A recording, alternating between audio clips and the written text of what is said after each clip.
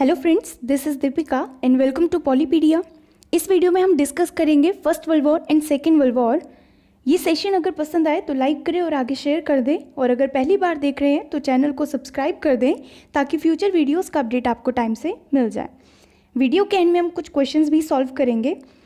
Out of 10 आपके कितने ठीक होते हैं वो आप कॉमेंट सेक्शन में बताएँ। आई होप ये डिस्कशन आपको पसंद आएगा। दोनों ही मीडियम के जो लर्नर्स हैं उनके लिए हेल्पफुल रहेगा सेशन अगर आप लोग ध्यान से सुनते हैं तो। लास्ट में हम कुछ क्वेश्चंस भी सॉल्व करेंगे हर टॉपिक के साथ, तो इस तरीके से आप लोगों की जो तैयारी है वो और बेहतर होती जाएगी। आई होप ये सेशन आपको पसंद आएगा।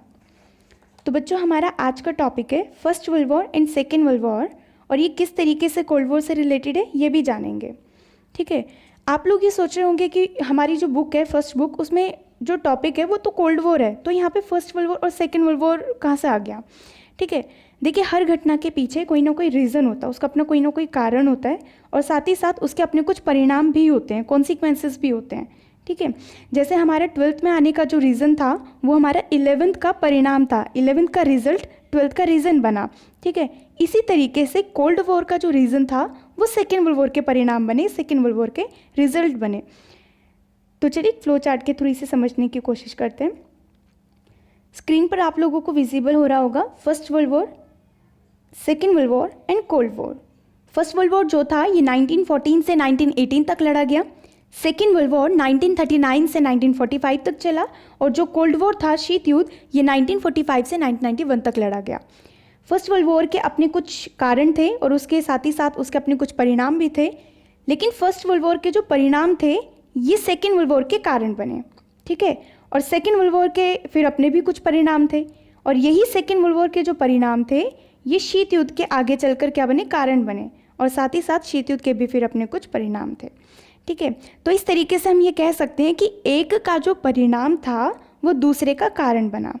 ठीक है, तो फर्स्ट वर्ल्ड वॉर और सेकेंड वर्ल्ड वॉर में ऐसी क्या घटनाएं घटी जिसकी वजह से शीत युद्ध की शुरुआत हुई, कोल्ड वॉर की शुरुआत हुई, ये जानने की कोशिश करते हैं। तो चलिए स्टार्ट करते हैं फर्स्ट वर्ल्ड वॉर से। फर्स्ट वर्ल्ड वॉर 1914 से 1918 तक लड़ा गया था, जैसा हमने ऊपर डिस्कस किया। ये दो ग्रुप्स के बीच में लड़ा गया था, अलाइड नेशंस मित्र राष्ट्र और एक्सिस नेशंस धुरी राष्ट्र के बीच में। ठीक है, आगे की कहानी शुरू करने से पहले एक बार वर्ल्ड वॉर के बारे में डिस्कस कर लेते कि वर्ल्ड वॉर क्या होता है, विश्व युद्ध क्या होता है। ठीक है, विश्व युद्ध है जिसमें विश्व युद्ध वो वॉर है जिसमें वर्ल्ड की मोस्ट ऑफ द कंट्रीज जो होती है वो पार्टिसिपेट करती है। ठीक है, विश्व के अधिकतर देश इसमें भागीदारी लेते हैं। मतलब हम ये नहीं कह सकते कि दो देशों के बीच की जो लड़ाई है उसे हम विश्व युद्ध कहें। ठीक है, तो मोस्ट ऑफ दी जो कंट्रीज होते हैं वो इसमें पार्टिसिपेट करती है। वर्ल्ड वॉर की यहाँ पे पूरी डेट मेंशन की गई है, 28 जुलाई 1914 से 11 नवंबर 1918 तक फर्स्ट वर्ल्ड वॉर लड़ा गया। 37 कंट्रीज़ ने इसमें पार्टिसिपेट किया था, और ये 37 कंट्रीज़ 2 ग्रुप्स में डिवाइड थी, अलाइड नेशंस और एक्सिस नेशंस में, मित्र राष्ट्र और धुरी राष्ट्र में। वॉर का जो इमीडिएट रीज़न था, मतलब जो कारण था युद्ध का होने का तात्कालिक कारण, वो था ऑस्ट्रिया के एक राजकुमार थे फर्डिनेंड मैकलेन। इनकी हत्या कर दी गई, जिसके कारण कई सारी कंट्रीज़ ने फिर इनको सपोर्ट किया, और फिर इस तरीके से लड़ाई होने लगी। ठीक है, विश्व के देशों के बीच में। अलाइड नेशंस में कौन कौन सी कंट्रीज़ थी, सारी कंट्रीज़ का नेम मेंशन नहीं किया गया, यहाँ पे मेन उन कंट्रीज़ का नेम मेंशन मैंने नोट्स में इंक्लूड किया है जो मेन लीडरशिप का रोल प्ले कर रहे थे। ठीक है, तो अलाइड नेशंस मित्र राष्ट्र में जो कंट्रीज़ हैं वो यूएसए, यूएसएसआर, ब्रिटेन, फ्रांस और जापान। और एक्सिस नेशंस धुरी राष्ट्र में जो कंट्रीज़ थी वो थी जर्मनी, इटली और हंगरी। ये मेन लीडरशिप में थे ये उस पीरियड में। फर्स्ट वर्ल्ड वॉर के टाइम पीरियड में पूछा जाता है कि प्रेसिडेंट कौन थे अमेरिका के।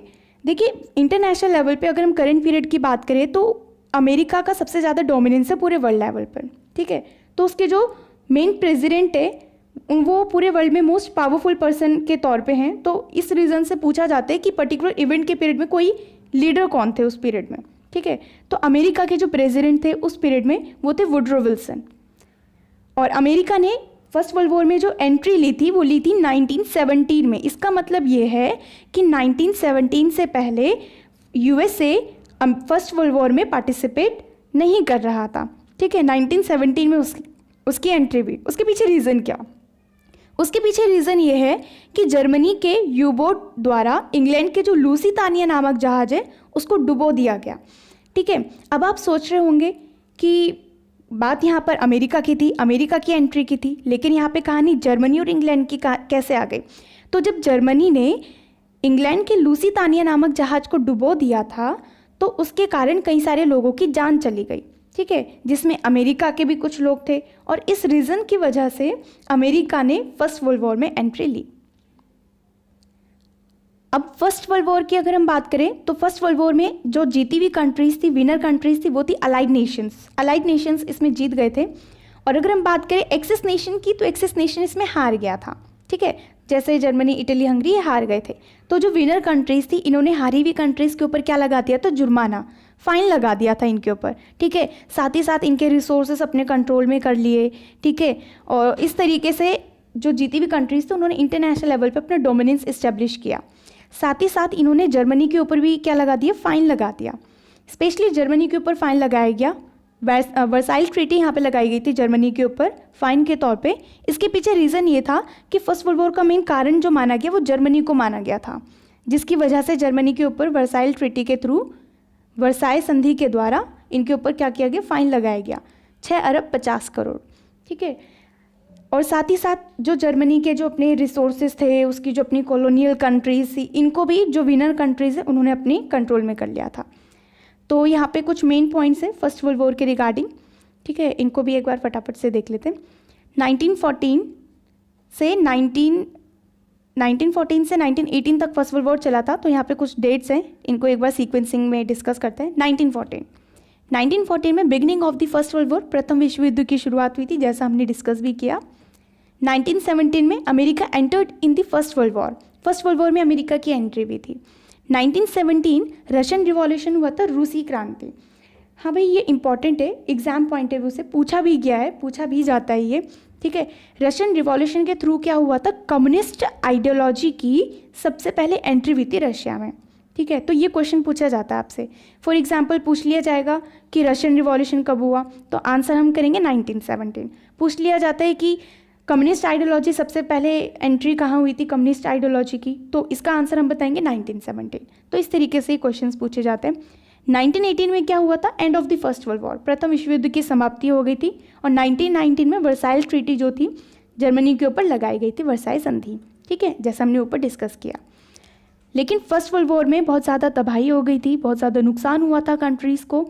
तो फर्स्ट वर्ल्ड वॉर के बाद सेकेंड वर्ल्ड वॉर ना हो, सेकेंड वर्ल्ड वॉर को होने से रोकने के लिए एक ऑर्गेनाइजेशन बनाया गया था। ठीक है, और उस ऑर्गेनाइजेशन का नाम था league of nation. League of nation बनाया गया था 1920 में। लेकिन ये सेकेंड वर्ल्ड वॉर को हो पाने से रोक नहीं पाया, ये सक्सेसफुल नहीं हो पाया, ये विफल हो गया। ठीक है, अब जो जर्मनी के ऊपर वर्साई संधि क्यों ये फेल क्यों हुआ, ये विफल क्यों हुआ, उसके पीछे भी एक रीज़न। ट्रीटी लगाई गई थी जर्मनी के ऊपर, जब वर्साइल ट्रीटी लगाई गई थी तो वहाँ के लोगों ने सोचा कि भाई इनके साथ तो नाइंसाफ़ी हुई है। ठीक है, तो जर्मनी के लोगों ने बोला कि हम इस ट्रीटी को क्या करेंगे, तोड़ेंगे। ठीक है, उस पीरियड में हिटलर जो था वो जर्मन सेना में था और उसने कहा कि आप लोग मुझे लीडर बनाइए, मैं इस ट्रीटी को तोड़ूंगा। तो फाइनली 1935 में जब जर्मनी ने पोलैंड के ऊपर अटैक किया था, तो इस वजह से जो वर्साइल ट्रीटी है उसके जो नॉर्म्स थे, उसके जो नियम कानून थे, उनको तोड़ दिया गया था हिटलर के द्वारा। ठीक है, तो ये सेकेंड वर्ल्ड वॉर का ये मेन रीज़न बना, जिसकी वजह से सेकेंड वर्ल्ड वॉर हुआ। अब आगे डिस्कस करते हैं सेकेंड वर्ल्ड वॉर की कहानी। सेकेंड वर्ल्ड वॉर जो है ये हुआ था 1939 से 1945 तक चला था। सेम 2 ग्रुप चला था, अलाइड नेशन और एक्सिस नेशंस, मित्र राष्ट्र और दूरी राष्ट्रों के बीच में लड़ा गया था। पूरी डेट है इसकी 1 सितंबर 1939 से 2 सितंबर 1945। डेट याद करने में तो इजी है, 1 सितंबर और 2 सितंबर, लेकिन जो ईयर है वो अलग है, 1939 से 1945। और एग्जाम पॉइंट ऑफ व्यू से जो ईयर है वो ज़्यादा इंपॉर्टेंट है। ठीक है, कंट्रीज़ जो थी सेकेंड वर्ल्ड वॉर में वो 61 कंट्रीज़ ने पार्टिसिपेट किया था। सेकेंड वर्ल्ड वॉर के होने का इमीडिएट कारण क्या था, इमीडिएट कॉज ये था कि हिटलर ने क्या किया था, पोलैंड के ऊपर अटैक कर दिया, जिसकी वजह से वर्साइल ट्रीटी जो थी उसको तोड़ दिया गया था, उसका उल्लंघन किया गया था, नॉर्म्स का उल्लंघन किया गया था। ठीक है, जो सेकेंड वर्ल्ड वॉर का मेन कारण बना। अब सेकेंड वर्ल्ड वॉर में जो अलाइड नेशंस है और एक्सिस नेशन है, तो इनकी लीडरशिप में भी थोड़े बहुत चेंजेस हुए थे। अगर हम बात करें तो अलाइड नेशन में लीडरशिप कर रहे थे USA and USSR. Axis Nations की अगर हम बात करें, धुरी राष्ट्रों की अगर हम बात करें तो जर्मनी और जापान इसकी लीडरशिप कर रहे थे। ठीक है, जापान की अगर हम बात करें तो जापान फर्स्ट वर्ल्ड वॉर में अलाइड नेशन का मेंबर था, लेकिन सेकेंड वर्ल्ड वॉर में वो एक्सिस नेशन के ग्रुप में इंक्लूड हो गया था, क्योंकि फर्स्ट वर्ल्ड वॉर में जो रिसोर्सेज जीती हुई कंट्रीज़ ने अपने कंट्रोल में किया था उनको डिस्ट्रीब्यूट इक्वली नहीं किया। ठीक है, जिसकी वजह से जापान ने क्या किया, सेकेंड वर्ल्ड वॉर में अपना ग्रुप चेंज कर दिया और अब वो जर्मनी के साथ आ गया। अब यूएसएसआर ने जर्मनी को हरा दिया था। ठीक है, और इंटरनेशनल लेवल पे जो दबदबा बढ़ा, जो डोमिनेंस बढ़ा, वो यूएसएसआर का हो गया। अब अमेरिका चाहता था कि उसका भी डोमिनेंस बढ़े, तो अमेरिका ने अपने डोमिनेंस को बढ़ाने के लिए जापान की जो 2 सिटीज़ है इनके ऊपर बमबारी करवा दी, इनके ऊपर बॉम्ब गिरा दिए। ठीक है, उस पीरियड में अगर हम अमेरिका के प्रेसिडेंट की बात करें तो अमेरिका के थे ये मेन। नेक्स्ट क्वेश्चन की तरफ चलते हैं। यूएसए अटैक जब अमेरिका ने जापान के ऊपर अटैक किया था 1945 में, तो इससे रिलेटेड क्वेश्चंस पूछे जाते हैं आपके 1 मार्क्स के कि कौन सी 2 सिटीज़ थी, किन के ऊपर बॉम्ब गिराए गए थे, कब बॉम्ब गिराए गए और कौन से बॉम्ब थे।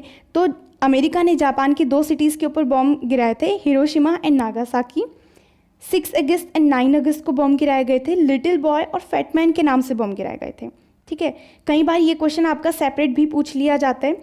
फॉर एग्जाम्पल पूछ लिया जाएगा कि हिरोशिमा में कब और कौन सा बॉम्ब गिराया गया, तो हम आंसर करेंगे 6 अगस्त को बॉम्ब गिराया गया 1945 को, और लिटिल बॉय के नाम से जो बॉम्ब था वो गिराया गया था। नागासाकी की अगर हम बात करें तो नागासाकी में 9 अगस्त 1945 को बॉम्ब गिराया गया फैटमैन के नाम से। इनके जो नेम रखे गए हैं वो इनके स्ट्रक्चर के बेसिस पर इनके नेम रखे गए हैं। ठीक है, जब आप गूगल सर्च करेंगे तो इनकी जो पिक्चर होगी वो आप देखेंगे, फिर आपको मतलब क्लियर हो जाएगा कि इनके नेम ऐसे क्यों रखे गए हैं, लिटिल बॉय और फैटमैन। नेक्स्ट टॉपिक है हमारा consequences of USA attack on Japan.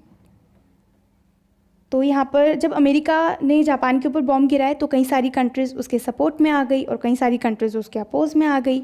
जो सपोर्टर्स थे उनके व्यूज़ ये थे, उनका मानना ये था कि जो जापान था वो ऑलरेडी सरेंडर करने वाला था। ठीक है, जापान ऑलरेडी सरेंडर करने वाला था तो उसके ऊपर बॉम्ब गिराना लाजमी नहीं था, सही नहीं था।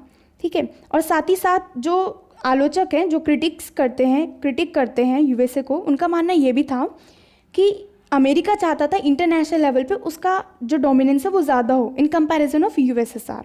ठीक है, तो वो यूएसएसआर को वो पावर गेन करने से रोकना चाहता था ताकि अमेरिका का दबदबा जो इंटरनेशनल लेवल पर है वो और बढ़ सके।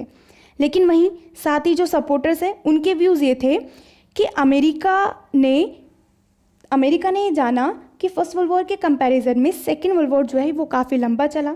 ठीक है, जिसमें जान माल की हानि भी काफ़ी ज़्यादा हुई, तबाही ज़्यादा हुई, डिस्ट्रक्शन ज़्यादा हुआ।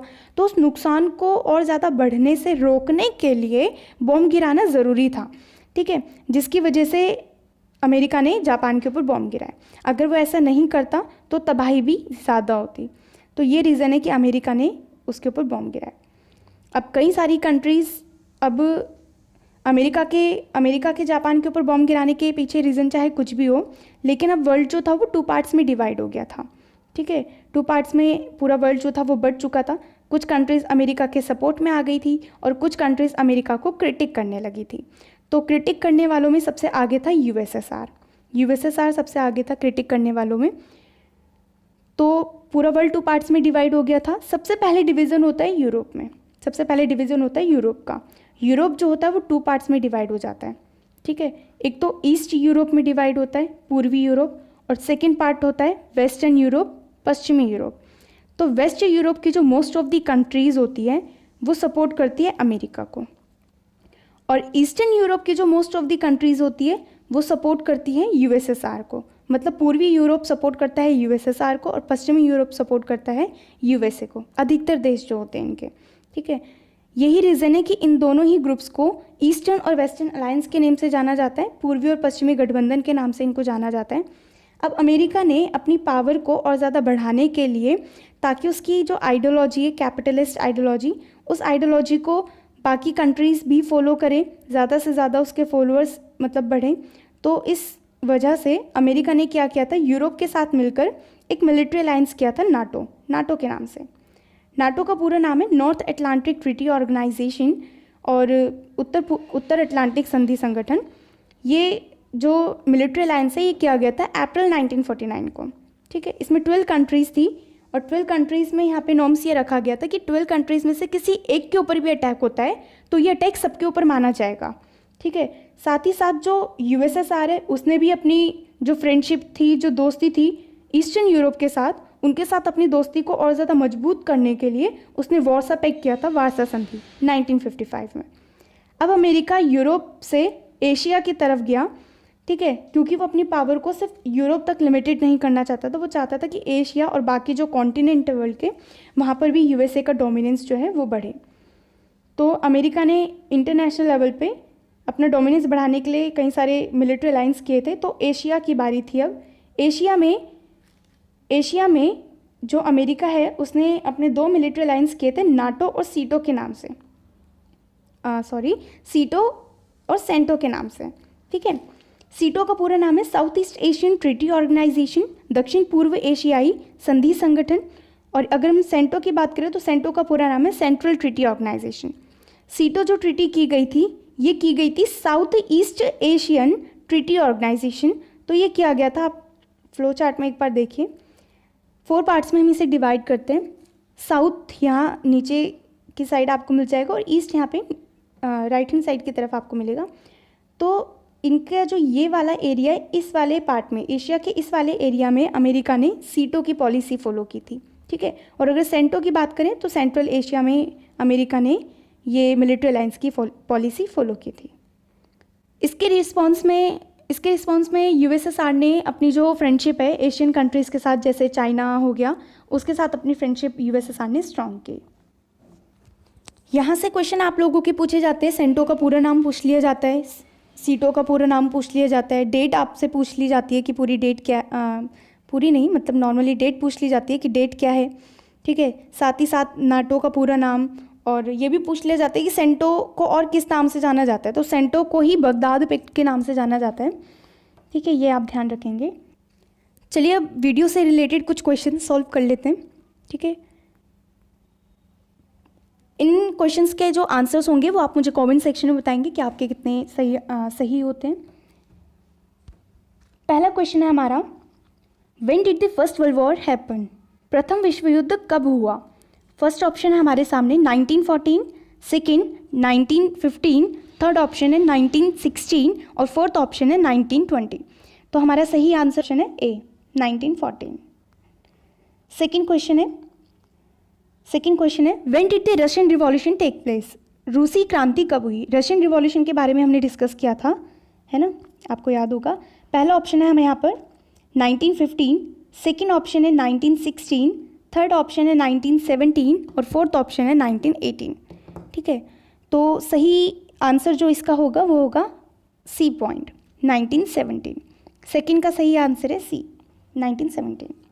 नेक्स्ट क्वेश्चन की तरफ बढ़ते हैं। थर्ड क्वेश्चन है यहाँ पर, what were the secret names of atomic bombs? जो अमेरिका ने जो जापान के ऊपर बॉम्ब गिराए थे, परमाणु बम जो गिराए थे, उनके सीक्रेट नेम्स पूछे गए हैं, गुप्त नाम पूछे गए हैं, ठीक है। तो उनके गुप्त नाम क्या थे? तो पहला ऑप्शन है हमारे सामने लिटिल बॉय, सेकेंड ऑप्शन है फैट मैन, थर्ड ऑप्शन है बोथ ए एंड सी और फोर्थ ऑप्शन है नन ऑफ दैम। यहाँ पर थोड़ी एक मिस्टेक हो गई है, यहाँ पे हम इसे बी पॉइंट कर देंगे, ठीक है। तो हमारा सही आंसर होगा सी। क्यों? क्योंकि लिटिल बॉय और फैटमैन दोनों ही सीक्रेट नेम्स थे। चलिए बढ़ते हैं फोर्थ क्वेश्चन की तरफ।